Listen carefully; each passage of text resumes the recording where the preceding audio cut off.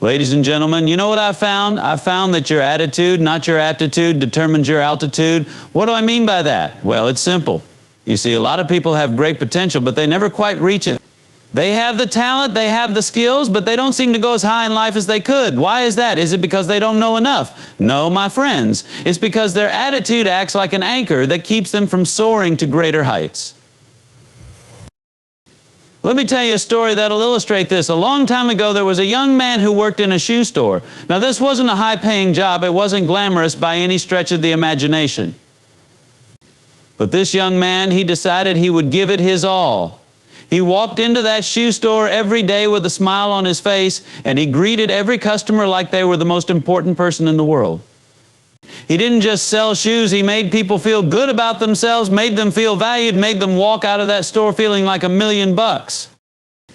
His colleagues often asked him, "Why are you so happy all the time? Why do you put in so much effort for a job like this?" And he would smile and say, "Because I'm not just selling shoes, I'm building a future."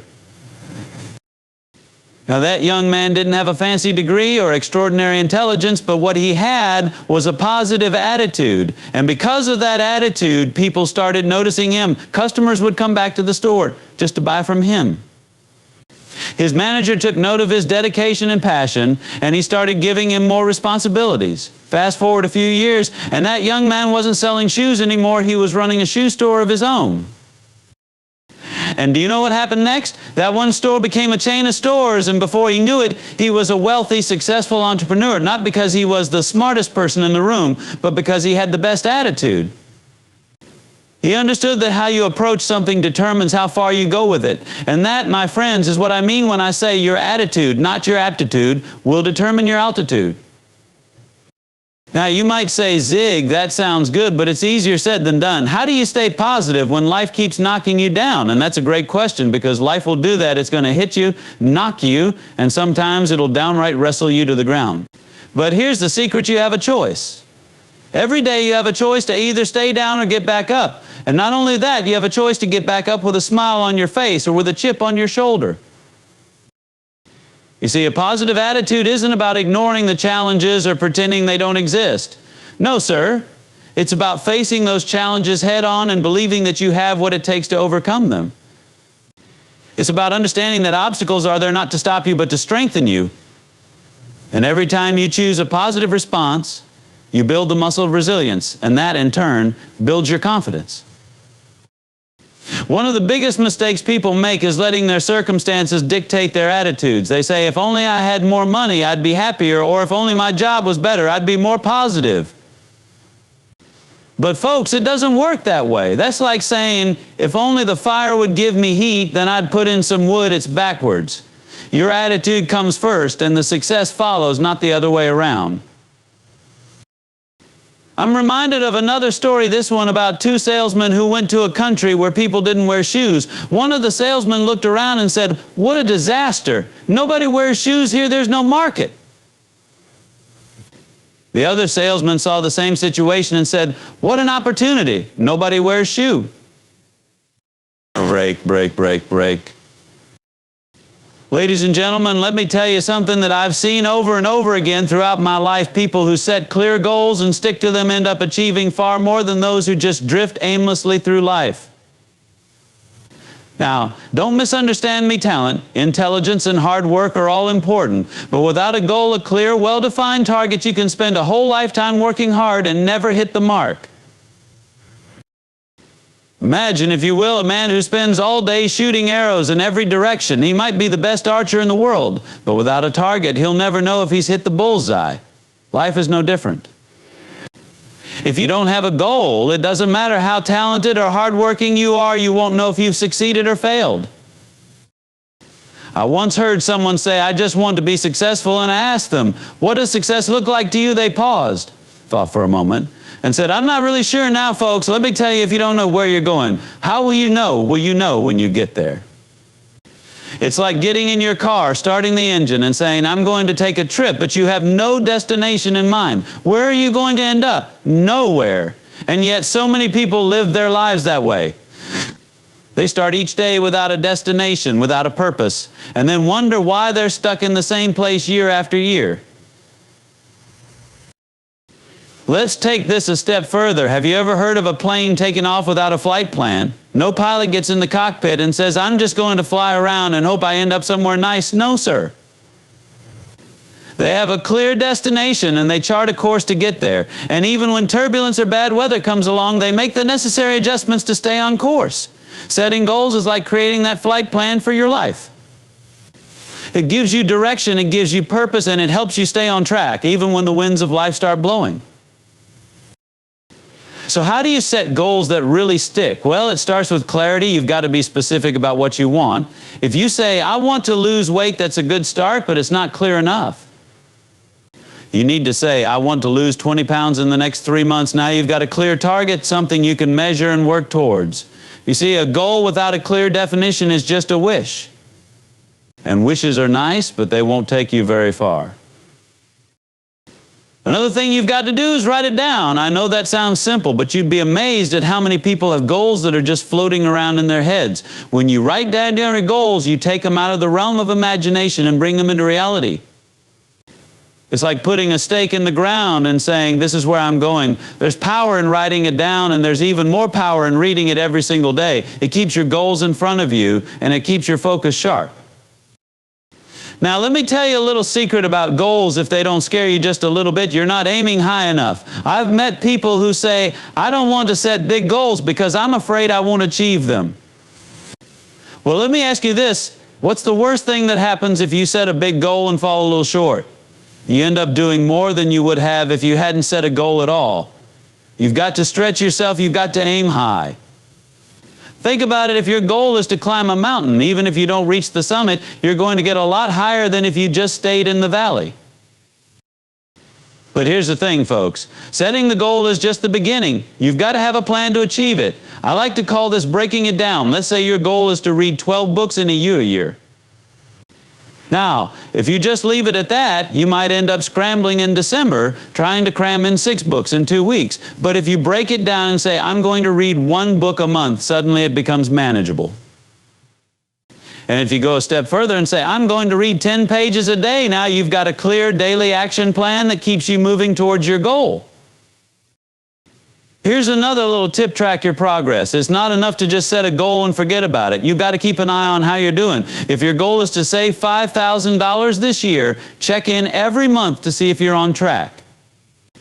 If you're falling behind, you've got time to make adjustments. And if you're ahead of schedule, give yourself a little pat on the back. Tracking your progress keeps you accountable, and it gives you the motivation to keep going. Now, let me be clear, setting and achieving goals doesn't mean you won't face challenges or setbacks. There will be days when you feel like giving up. There will be times when things don't go according to plan. But that's why having a goal is so important. It gives you something to aim for, something to hold on to when the going gets tough. When you've got a goal, you're not just floating through life, you're moving with purpose. And that purpose keeps you moving forward, even when you feel like quitting. And finally, once you achieve your goal, don't just stop there. Celebrate your success, yes, but then set a new goal. Keep growing, keep striving, keep reaching for new heights. Life isn't meant to be stagnant. It's meant to be a journey of continuous growth and improvement. And the best way to keep growing is to keep setting and achieving new goals. So in conclusion, my friends, remember this: if you don't have a clear goal, you're like a ship without a rudder. You'll drift with the currents, go where the wind blows, and never arrive at your true destination. But if you take the time to set clear, meaningful goals, write them down, and break them into manageable steps, you give yourself direction and purpose. And with that purpose, you can achieve more than you ever thought possible. Set your goals, stay the course, and I promise you, you'll find yourself reaching new heights and living a life full of purpose and accomplishment. Ladies and gentlemen, aim high, stay focused, and I'll see you at the top. Ladies and gentlemen, let me tell you something I believe with all my heart. Sales isn't just about making a deal, it's about making a difference. A lot of people think that selling is about persuading someone to buy something they don't really need, but that couldn't be further from the truth. You see, the foundation of true sales success isn't clever tricks or fancy techniques, it's integrity and a genuine desire to serve. When I was starting out in sales, I learned early on that people don't just buy products, they buy trust. And trust, my friends, is built on integrity. You can be the smoothest talker, the sharpest dresser, and the most charming person in the room, but if people don't trust you, they're not going to buy from you. Why? Because people want to do business with someone they believe in, someone who's looking out for their best interests. I've said it many times, and I'll say it again, selling is not something you do to someone, it's something you do for someone. When you shift your mindset from making a sale to helping a person, you change the entire dynamic of the relationship. Suddenly, you're not trying to push a product on them, you're trying to find a solution to their problem. And when you do that with integrity, when you genuinely care about the people you're serving, they'll come to trust you, and that trust will lead to long-lasting relationships and repeat business. Now let's talk about what integrity really means. Integrity is doing the right thing even when nobody's watching. It's being honest with your customers even if it costs you a sale.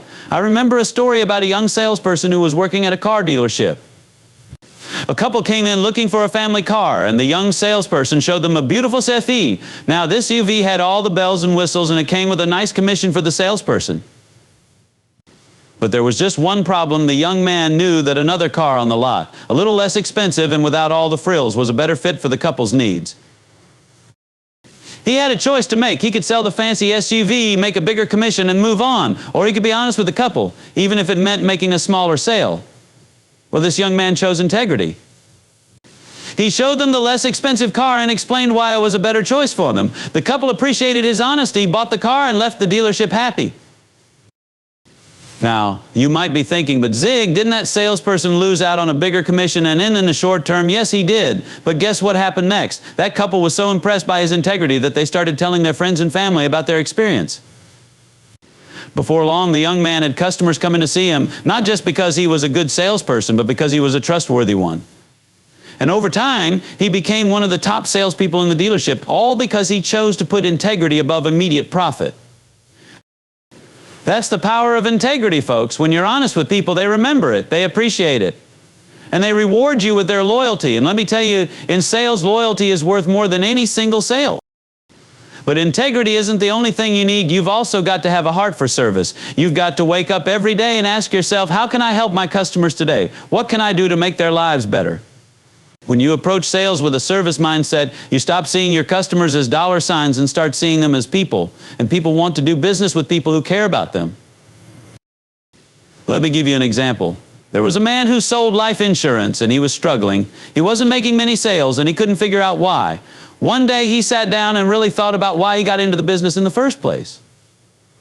He remembered that he wanted to help families protect their futures to give them peace of mind in difficult times. He realized that he'd been focusing too much on the policies and not enough on the people. So he changed his approach. Instead of trying to sell insurance, he started asking families, what are your worries? What keeps you up at night? How can I help you feel secure? And you know what happened? His business took off. Because he wasn't selling insurance anymore, he was offering peace of mind. He wasn't focused on closing deals, he was focused on serving people. And when you focus on serving people, the sales will follow. So what's the takeaway here? It's simple. To be successful in sales, you've got to focus on helping others get what they want. That's not just a nice thing to say, it's the key to building a successful career in sales. When you put your customers' needs first, when you genuinely care about helping them find the right solution, they're going to trust you, they're going to come back to you, and they're going to refer others to you. Now, I know some of you might be thinking, but Zig, what if being honest costs me the sale? What if focusing on service means I don't hit my targets well? Let me tell you something, in the long run, doing the right thing will always pay off. You might lose a sale here and there, but you'll gain something much more valuable, your reputation. And in sales, your reputation is your most important asset. When people trust you, when they know you're a person of integrity, they'll want to do business with you. And that's how you build a career, not just one sale at a time, but one relationship at a time. So in conclusion, my friends, remember, this selling isn't about pushing products, it's about helping people. It's about listening to your customers, understanding their needs, and finding the right solution for them. It's about building trust through integrity and serving with a genuine heart. When you approach sales with a mindset of integrity and service, you're not just making a living, you're making a difference. And that, my friends, is what true success in sales is all about. Keep serving, keep caring, and I'll see you at the top. Break, break, break. Ladies and gentlemen, let me share something with you that can change your life forever. If you aren't growing, you're standing still. And if you're standing still, the world is passing you by. Success isn't something you achieve and then just sit back and relax. It's something you work on every single day. You see, the day you stop learning, the day you stop trying to improve yourself, is the day you start going backwards. I always say, if you want to get what you've never had, you've got to do what you've never done. But how do you do that? How do you reach that next level? The answer is simple, but not easy, through continuous learning and self-improvement. It's about committing to a lifetime of growth, not just for the sake of becoming more knowledgeable, but for becoming a better version of yourself. Let me tell you a story that illustrates this. There was a man who worked as a salesman, and he was good at his job, real good. He hit his sales targets month after month, and he made a comfortable living. But he noticed something: while his numbers stayed the same, other salespeople around him were getting better and surpassing him. He couldn't figure out why, so he went to his manager and asked for advice. His manager looked him straight in the eyes and said, "When was the last time you read a book about sales? When was the last time you went to a seminar? What are you doing to improve yourself?" The man scratched his head and said, "But I'm already good at what I do. Why do I need to keep learning?" The manager smiled and said, "That's exactly the problem. You've gotten comfortable. And comfort is the enemy of progress." You see, folks, when you get comfortable, you stop growing. And when you stop growing, you stop improving. And when you stop improving, you stop moving forward. It's like a tree. If it's not growing, it's dying. The same goes for you and me. If we're not constantly learning and striving to get better, we're falling behind. That's why continuous learning and self-improvement are so important. Now, you might be thinking, "Zig, I don't have time to go back to school or read a bunch of books." But here's the thing: self-improvement doesn't have to be a full-time job. It's about making small, consistent efforts every day. It's about reading 10 pages of a good book every night. It's about listening to an inspiring podcast or watching a motivational video in the morning. It's about finding those little pockets of time throughout your day and using them to grow, to stretch, to push yourself just a little bit further. You've got to be intentional about your growth, folks. Growth doesn't just happen by accident. You can't just sit back and expect to magically become a better person. It takes effort, it takes commitment, and it takes a desire to improve. And let me tell you something else: growth isn't always easy. It's not always fun. Sometimes it's downright uncomfortable. But you know what? That's a good thing, because real growth happens outside of your comfort zone. I've met people who say, "I don't like change and I don't like doing things that make me uncomfortable." Well, guess what? Growth and comfort don't coexist. If you want to grow, you've got to be willing to step outside of that comfort zone and try new things, learn new skills, and challenge yourself in new ways. And let me tell you something else: every time you do, every time you stretch yourself, you're building confidence. And that confidence is what's going to take you to new heights. Now, let's get practical. How do you commit to continuous learning and self-improvement? Start by setting clear goals for your personal growth. Just like you set goals in your career or finances, set goals for your self-improvement. Maybe it's reading a certain number of books this year, or maybe it's taking a course on public speaking. Whatever it is, write it down and make a plan to achieve it. And don't just focus on one area of your life. Think about your physical health, your mental health, your relationships, your finances, your career, your spirituality. Growth is about becoming a well-rounded person, not just a successful professional. It's about being the best version of yourself in every aspect of your life. I remember a gentleman who was very successful in business. He made millions of dollars, had a big house, fancy cars, and all the trappings of success. But he was miserable. His health was deteriorating, his marriage was falling apart, and his kids barely knew him. One day he realized that while he'd been focusing on improving his business, he'd neglected every other part of his life. So he made a decision. He started working out every day, eating healthy, spending more time with his family, and working on his spiritual growth. And guess what happened? Not only did his health and relationships improve, but his business grew even more, because he was more energized, more focused, and more fulfilled. That's the power of self-improvement, folks. It's not just about learning more, it's about becoming more. It's about becoming the kind of person who can handle success, who can maintain balance, and who can find joy in the journey. Now, let me wrap this up by saying this: the journey of self-improvement is never finished. There's always something new to learn, always a new skill to develop, and always a new challenge to take on. And that's a good thing, because life isn't about reaching some final destination. It's about growing and becoming the best version of yourself every single day. It's about looking back at the end of each day and saying, "I'm better today than I was yesterday, and tomorrow I'll be even better." So my friends, commit to a lifetime of learning. Make self-improvement a daily habit, not just an occasional activity. Stretch yourself, challenge yourself, and step outside of your comfort zone. And remember this: the more you grow, the more you'll have to give to others. Because when you become a better version of yourself, you're not just improving your own life, you're impacting the lives of everyone around you. Ladies and gentlemen, if you commit to continuous learning and self-improvement, there's no limit to what you can achieve. So let's keep growing, let's keep striving, and I'll see you at the top. Ladies and gentlemen, let me tell you something. The quality of your life depends on the quality of your relationships. That's a fact. You can be the smartest person in the world, the hardest worker, and the most talented individual, but if you don't know how to build strong relationships, you're going to miss out on so much of life's greatest opportunities. You see, relationships are like the glue that holds everything together. Whether it's in your personal life, your career, or your business, the relationships you build along the way are what make the journey worthwhile. And not only that, but strong relationships can open doors you never even knew existed. They can turn a small opportunity into a big success. They can transform your life in ways you never imagined. I want you to think about the most successful people you know. Now, I'm not just talking about financially successful, I'm talking about those who are happy, fulfilled, and living a meaningful life. If you dig a little deeper, you'll find that they all have one thing in common. They built strong, lasting relationships. They didn't do it alone. They understood that success isn't just about what you know, but who you know and how you serve them. Here's the thing, folks, building strong relationships isn't about collecting business cards or having thousands of contacts in your phone. It's about genuinely caring for others. It's about making a connection, not just for what you can get, but for what you can give. You've got to have a heart for people. You've got to see the value in every person you meet, not just because of what they can do for you, but because of who they are. Now let's talk about how you build these strong relationships. The first step is simple but not always easy. Be genuinely interested in other people. You see, most people go through life focused on themselves, what they want, what they need, what they can get out of a situation.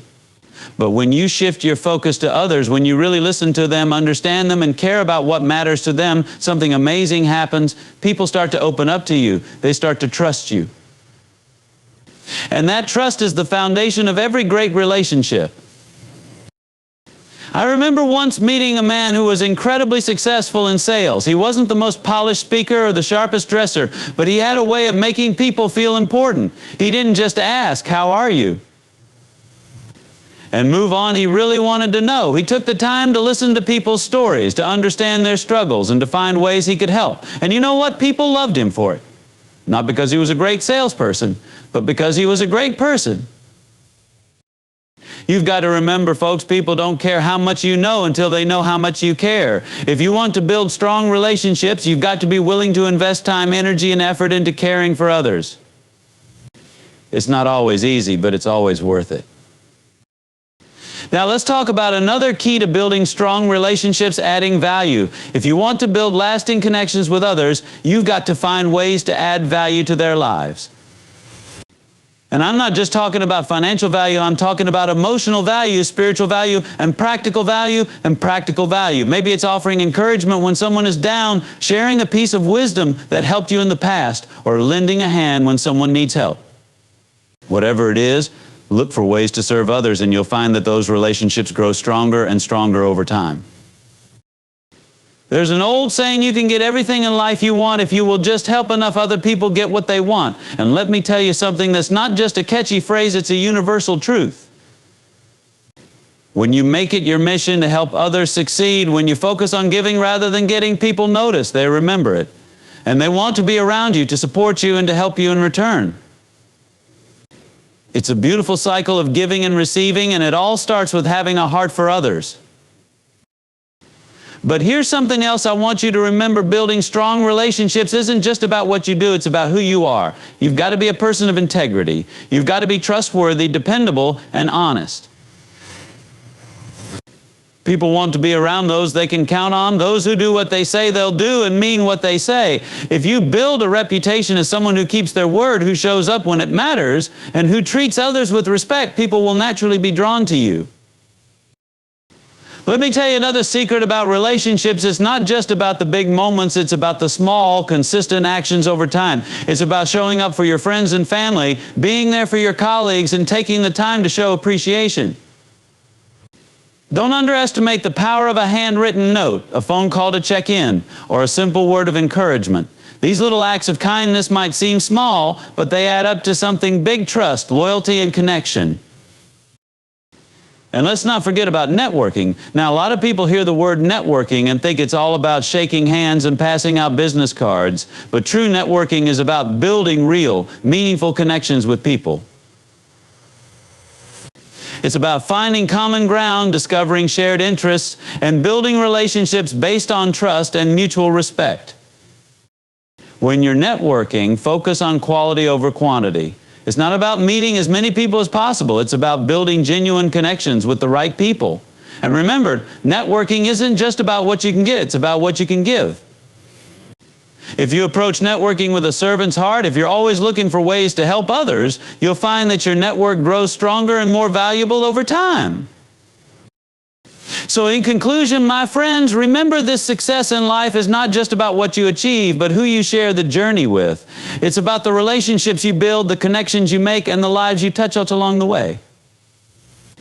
If you focus on building strong relationships, if you genuinely care for others, add value, and live with integrity, you'll find that success follows naturally.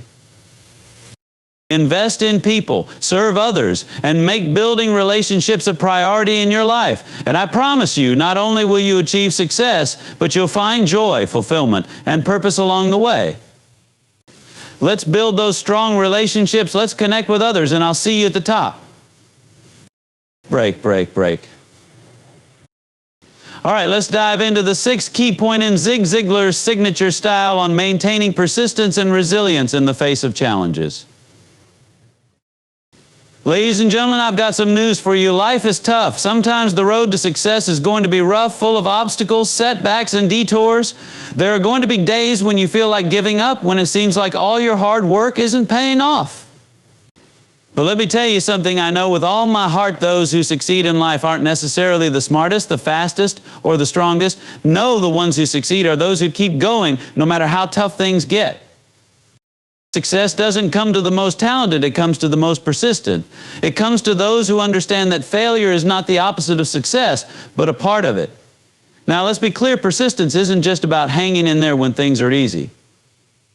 No, persistence is about pushing through when things are hard, when everything inside of you is screaming to give up. That's the true test of character, and that's what separates the winners from the quitters. I remember a story about a young man who was determined to make it big in sales. He went out every day, knocking on doors, making calls, doing everything he was supposed to do. But for months, he didn't make a single sale. He felt defeated.